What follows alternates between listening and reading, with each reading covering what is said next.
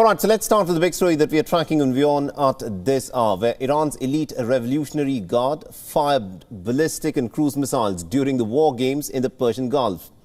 The war games are being held amidst heightened tensions with the United States and the State of Israel over possible Israeli designs to try and target Iranian nuclear sites. Now, Iran has said that its ballistic missiles have a range of almost about 2,000 kilometers and are also capable, if need be, in case the State of Israel carries out any kind of an attack on Iranian installations. It says that its missiles can actually reach the borders of the State of Israel and other American bases in the region. The 5-day exercises that have been dubbed as Payambar-e-Azadam, or the Great Prophet, began on Monday, and they were held in Bushehr, Hormozgan and Khuzestan provinces, each of which touch the Gulf. The Iranian media has said that these military exercises included the simultaneous firing of 5 cruise missiles and also the launch of armed drones capable of hitting 2 targets at a point of time. And also, according to reports, the war games also included biological warfare exercises as well. The Iranian state television showed a ship that exploded after frogmen planted some mines on it. The Guard's naval chief, General Ali Reza Tangisiri, has told the state television that his forces managed a coordinated war game across the coast of Iran. From near the borders of Iraq to the Straits of Hormuz, the narrow gateway of 20% of the world's oil resources that actually moves through this narrow stretch of water.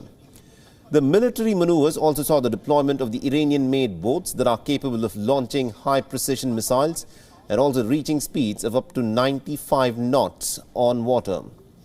At the heart of the Iranian military war games is Tehran's desire to protect its nuclear facilities from a possible Israeli strike. Now, Mohammad Taghi Irani, Bushehr region's deputy governor for political and security affairs, has revealed this, saying that these exercises were held over the Bushehr nuclear power plant. Now, remember, on the 4th of December, an Iranian air defense test in the Natanz region of central Iran had caused an explosion that was heard about 20 kilometers from the Natanz uranium enrichment facility. Iran has accelerated its nuclear advances as negotiations to return to the accord struggle to make a headway.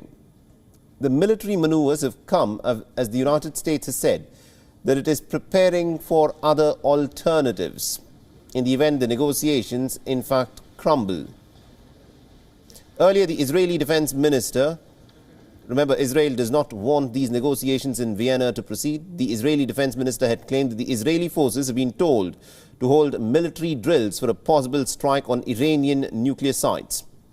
In 2018, former President Donald Trump had unilaterally taken the United States of America out of a nuclear deal that was negotiated by his predecessor, Barack Obama.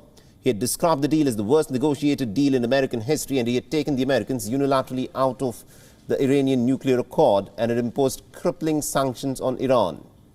Ever since, because the Americans violated the deal to begin with, Tehran, for its part, has started enriching uranium up to 60% purity. It's a short technical step from the 90% purity that is needed, potentially, to make an atomic bomb. Iran has always insisted that its nuclear program is meant only for peaceful civilian purposes. It is developing its nuclear program only for the purpose of generating electricity and has no intention of developing a nuclear bomb. But the country has also been stepping away from its obligations under the 2015 nuclear accord of letting the IA inspectors come and inspect its nuclear facilities. The State of Israel has repeatedly threatened unilateral action against Iran's nuclear program.